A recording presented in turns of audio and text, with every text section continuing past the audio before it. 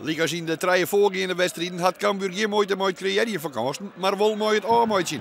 Hier is het Sander van der Heijden in één keer. Ja, vaak zie je hem beter eerst aannemen kennen. Maar de bal gaat er net in. Maar ook Helmond Sport krijgt het kansen. Hier is het Erik Kwekel.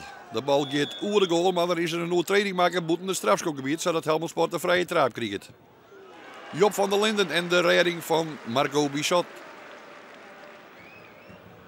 Cambuur houdt in deze fase te volle ruimte. Werden 1-2 mooi Kwekel op de vrijlittende Georgios Niklisiotis. Maar waar is Marco Bissot, de reddende engel van Cambuur? Ingooi van Cambuur.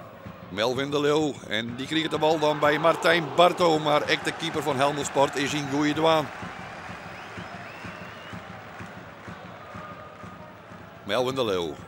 En op mij kreeg het Martijn Barto alle ruimte. Maar deze keer kopt hij de bal niet onder de goal. En zo wil het maar net slagje maar de Ljouwertjes.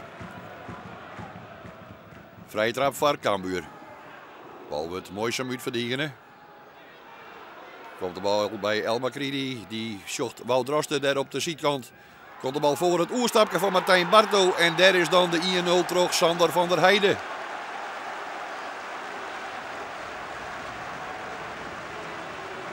De bal verdwijnt in de uiterste hoeken. We spreken over de 38e minuut van de wedstrijd. En eindelijk de verlossende goal van de Ljouwertjes. Dan de tweede helft. Melvin de Leeuw wordt hier te hut oppakt en dan is het de vrije trap van Cambuur. Die komt er bij de tweede peel werd Wout Drosten hem voor het intikje had, maar hij mist jammer deerlijk. En dan bloot het maar een meer 1-0. Dat we wederom een wedstrijd hebben gehad, dat we een legio aan kansen, 100% kansen hebben gecreëerd. Voetballende kansen en dat we het gewoon niet afmaken. En we kunnen het ons zoveel makkelijker maken door die ballen erin te schieten. En dan kun je een wedstrijd lekker uitspelen. Maar hoe hoor ze erin? Nou, de meester van Drosten kreeg het Helmond Sport een vrije trap. En waar zit het net goed in de verdediging? Sjarskas, Lauskas. Hij kan frank en vrij inkoppen en dan staat het 1-1. Drutteflater in die verdediging. Voor dan de vrije trap van Bob Schepers. En dan kan Sander van der Heijden de bal gewoon binnenrennen. Maar hij liet dat nooit.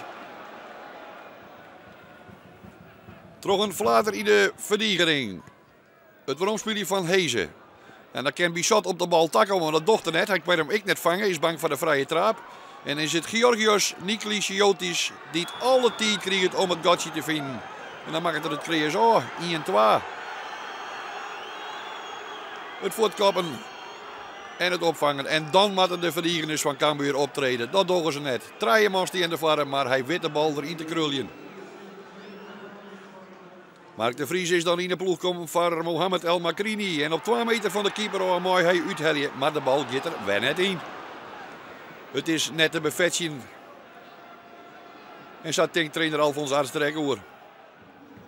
En dan hebben we door de laatste seconden van de wedstrijd. De bal naar voren. Mark de Vries vangt op.